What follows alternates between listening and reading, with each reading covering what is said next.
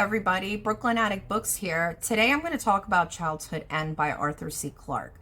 This book came extremely highly recommended by a ton of people. I had at least 20 people reach out to me to tell me that I must read it because it is a very good classic science fiction. I went into the book knowing nothing about the book. So if you don't want any spoilers, this is not like a spoiler-free review, because to talk about this book and not give any spoilers away is like you can't even talk about the book.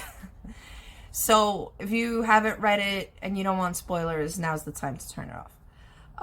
Otherwise, read it and then come back to me. If you don't already subscribe to my channel, please subscribe right now. Okay, so this book is about a peaceful alien takeover.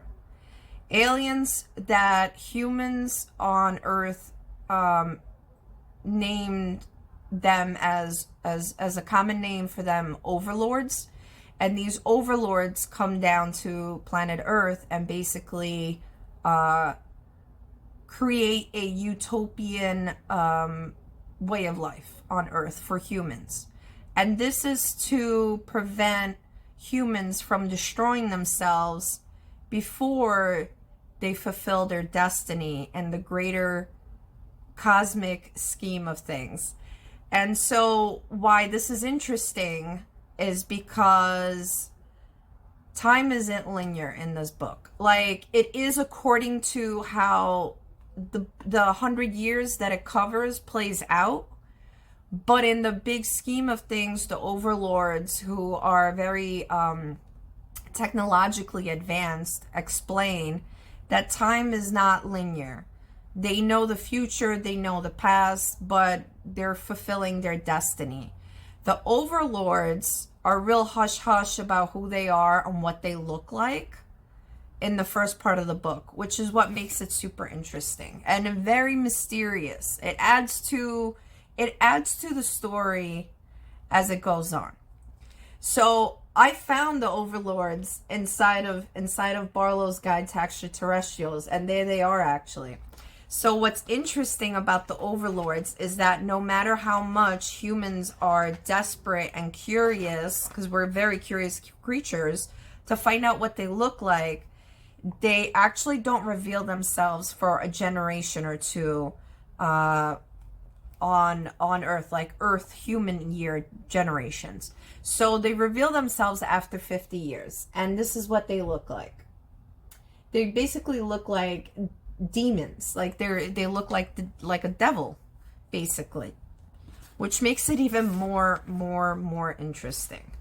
The overlords are actually on planet Earth to try to make sure that we don't destroy ourselves, like not we, but the Earth, the people in the book don't destroy themselves with nuclear weapons until their offspring at some point down the line evolve into these not even human anymore, but basically like telekinetically connected and telekinetically it's just weird. Like, they're not even humans anymore with their own individuality. There's no, I think that's part of it. It's almost like they come to harness humans towards the goal of the universe. I have no idea what the goal is, because the story leaves it very ambiguous.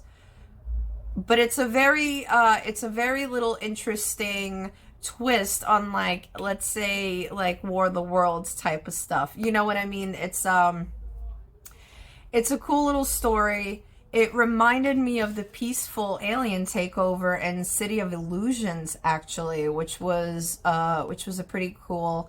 It's one of the Hainish novels. I read Ursula K. LeGuin, like, out of order, and I think the Hainish novels you can read out of order, although I would love to see how they're all connected at some point. Maybe I'll dive into that a little bit deeper in one of my YouTube videos. But I hope you guys end up reading this book. there's a lot of cool concepts on humanity's psychology and like what drives us, and how when we're in a stagnant society where we don't have worries and just the common things like worry about food, shelter, you know, surviving, living, everything that we worry about right now. What happens to us when these things, when these conflicts or like hurdles in life, these things are just handed to us universally, and we're just able to survive and be. I don't want to give too much more away on it. There's a lot of cool things in this book. And I don't want to dive too deep into it, but if you have any comments that you'd like to make on it, I think that you can comment below. I'll respond right back to you.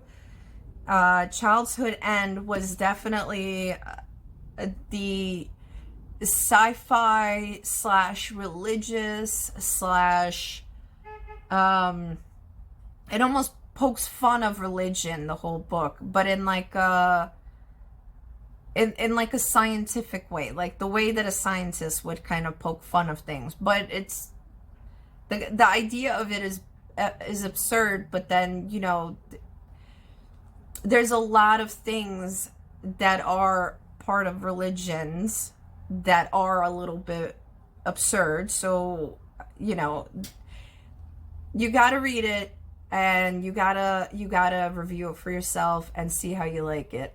The ending of it became a little bit too fantasy for me when the humans end up evolving to that telekinetically connected society of humanoids or whatever it is. But the beginning of it is interesting. So, and there are these bigger concepts of, well, like any utopian slash dystopian society type books, how do the people handle it, right? And so I'll leave that up to you guys, what you think of it, and I'll catch you next time.